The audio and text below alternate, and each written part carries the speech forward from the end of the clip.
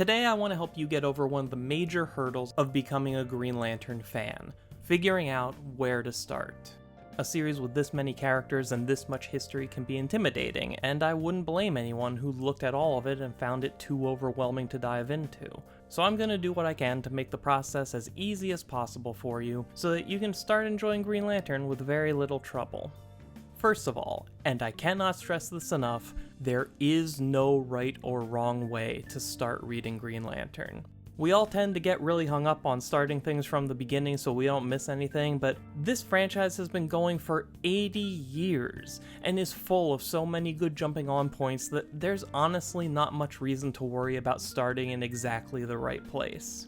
If anything, you should exploit that 80-year history to make sure the Green Lantern you start with is the Green Lantern most suited to your personal tastes. Probably the best advice I can give you when starting with this franchise is to look up and see if any writers you really like had runs on Green Lantern, and then go read that. Don't worry about anything that came before. Anytime a new writer takes over, it makes for a good jumping on point. Just sit back and enjoy exploring a new franchise through the lens of a creator whose work you already know you enjoy.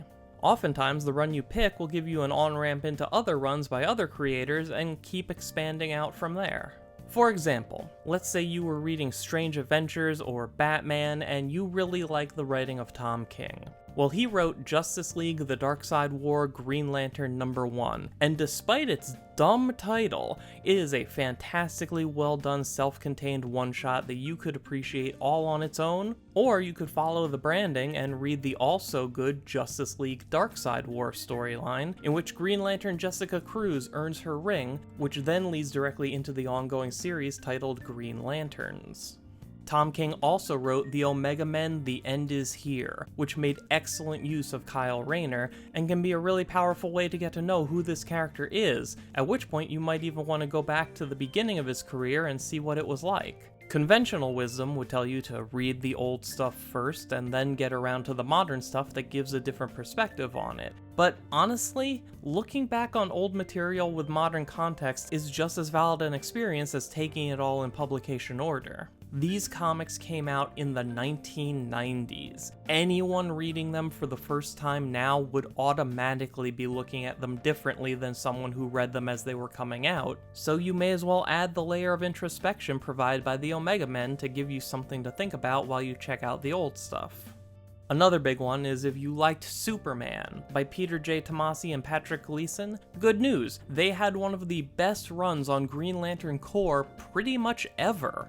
Or maybe you like Tomasi because you're a fan of his Super Sons, but Gleason's art isn't your style. Well, you're in luck because Tomasi had a second run on Green Lantern Corps, as well as a spin-off series, Green Lantern Emerald Warriors, each introducing you to different characters and concepts from all over the Green Lantern mythos. Green Lantern Corps digs into how the Corps functions as an organization, while Emerald Warriors focuses on a small cast and starts to introduce you to the wider world of the emotional spectrum.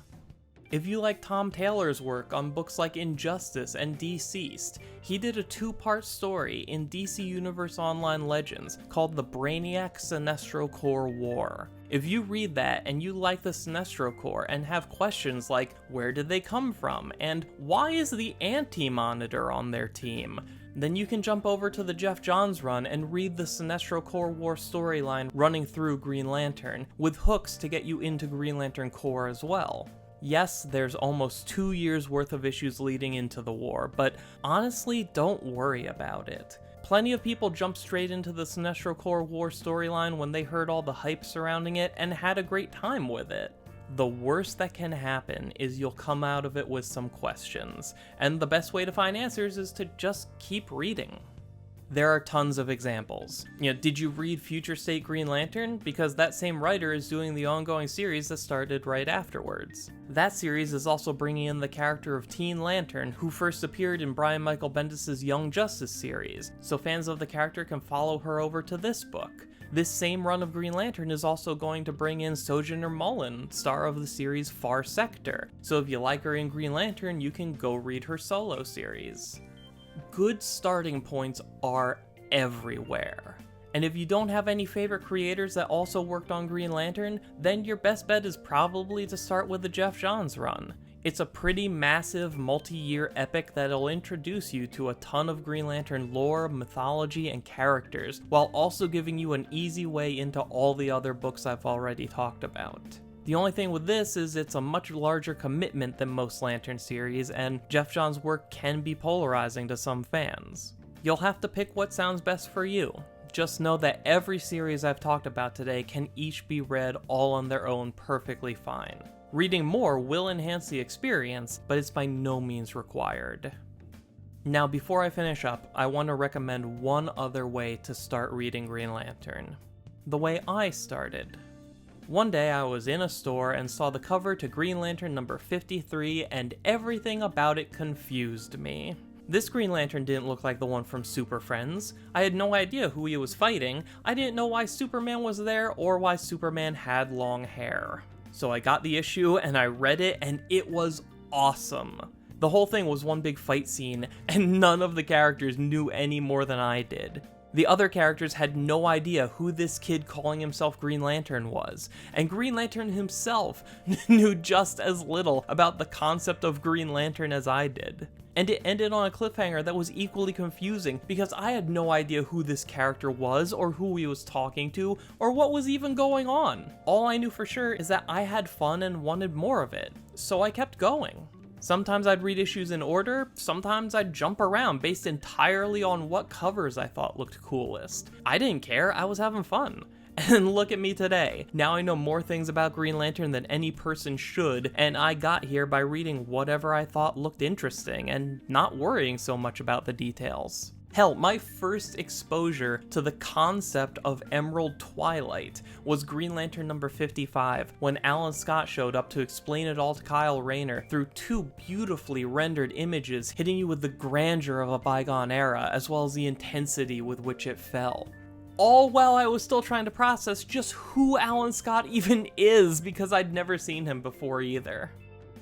The most important thing isn't that you start reading in the proper place, it's that you have fun with what you're reading.